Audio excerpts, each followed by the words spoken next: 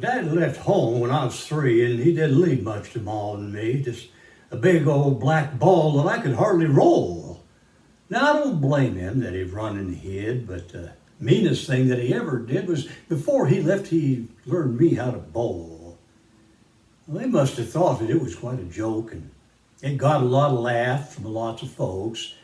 It seems my whole life through I had to fight and feud. Some gal'd giggle and I'd turn red. Some guy'd laugh and I'd bust his head. I tell you, life ain't easy for a bowler dude.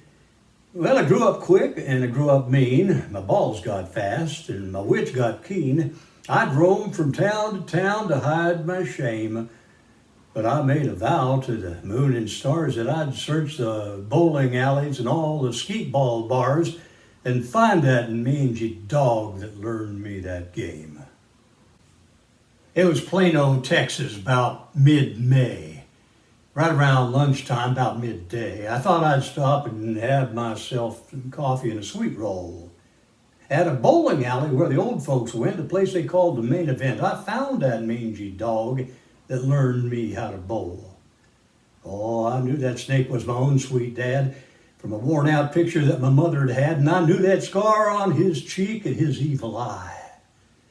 He was big and bent and gray and old, and I looked at him and my blood ran cold. I said, "I'm your bowling boy. How do you do? Now you're going to die." Yeah, that's what I told him. Well, I bowled one down the middle and knocked down 8. He slipped one past me that was simply great. I tossed one that was so much better than fair.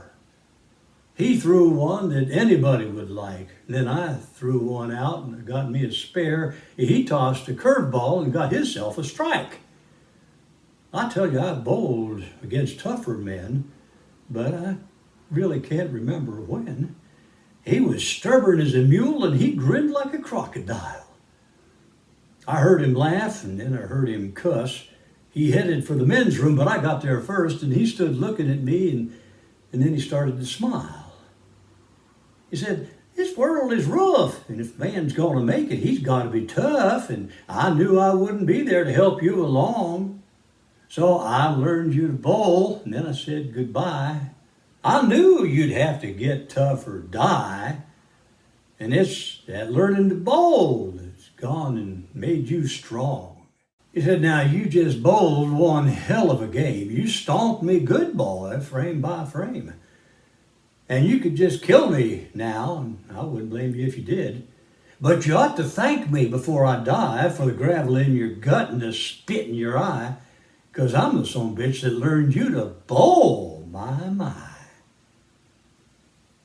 Well, I got all choked up and I threw down the ball. He called me son, I called him pa. And I come away with a different point of view. Every time I think about him, time and again, every time I bowl and every time I win, if I ever have a son, I think I'm going to teach him how to shoot pool or dance ballet, play ping pong or pickleball, anything but bowl.